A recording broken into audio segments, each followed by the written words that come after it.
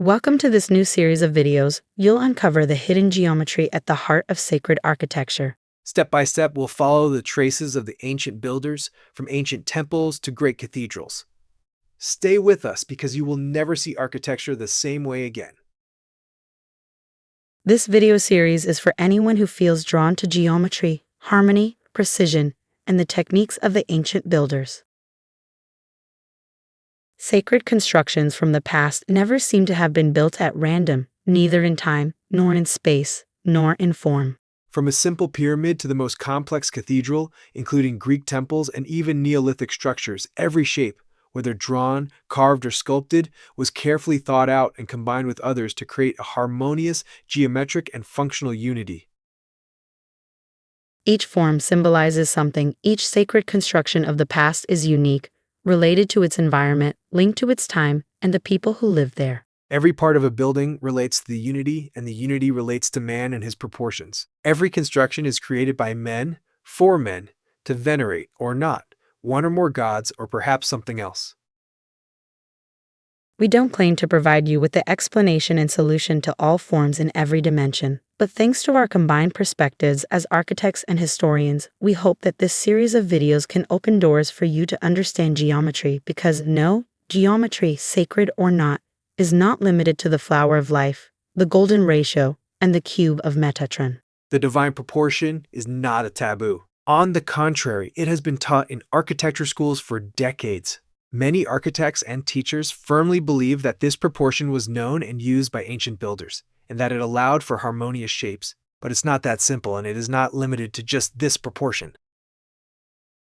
Le Corbusier with his modular tells us that a man's navel is a half of his height with arms raised, and that the position of the navel is based on the golden ratio in relation to the height of man. A point 829 divided by a point 13 is about a point 618.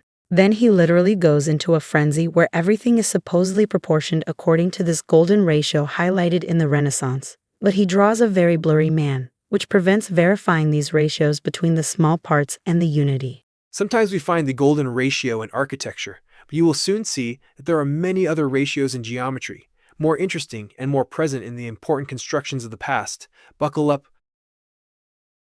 In early 2017, Benjamin Lebeau examined the drawing of the Vitruvian Man by Leonardo da Vinci to try to understand why the golden ratio was so present and so important in architecture.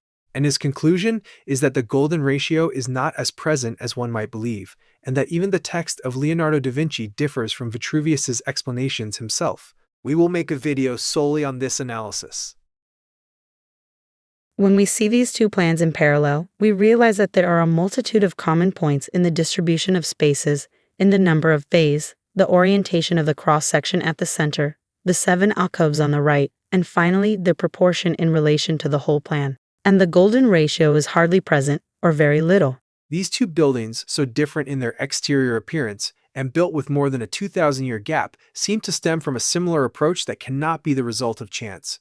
This is what led us to analyze a whole series of plans to understand the approach of the ancient builders. We will revisit all of our discoveries as we progress through our videos. The order of the videos is important to fully understand all the concepts of geometry presented. Enjoy watching and good graphic research. Thank you for watching this video. Feel free to subscribe, like, and share. See you soon for more discoveries on our channel, Sacred Geometry.